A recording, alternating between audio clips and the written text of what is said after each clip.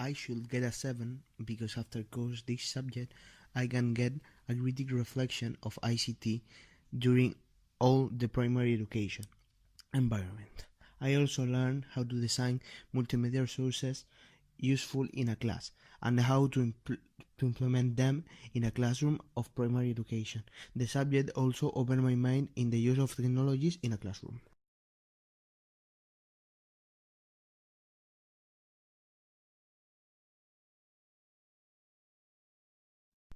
To improve my digital teaching competence and my PLE, I start following the blog of Juan Fratig Blogspot of Juan Francisco Alvarez that speaks about different ways to introduce ICT into a classroom in a proper and correct way.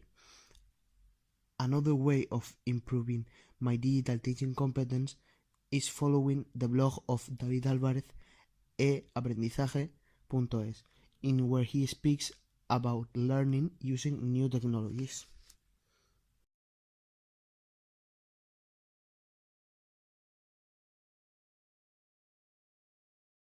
Irene Sanchez, a dancer that can explain me the basic notions of types of dance that are going to appear in the summary.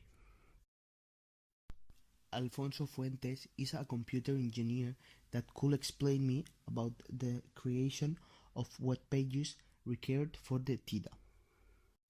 Elena Saez, a web page designer that could give me some helpful tips to design a clear and attractive page for my TIDA.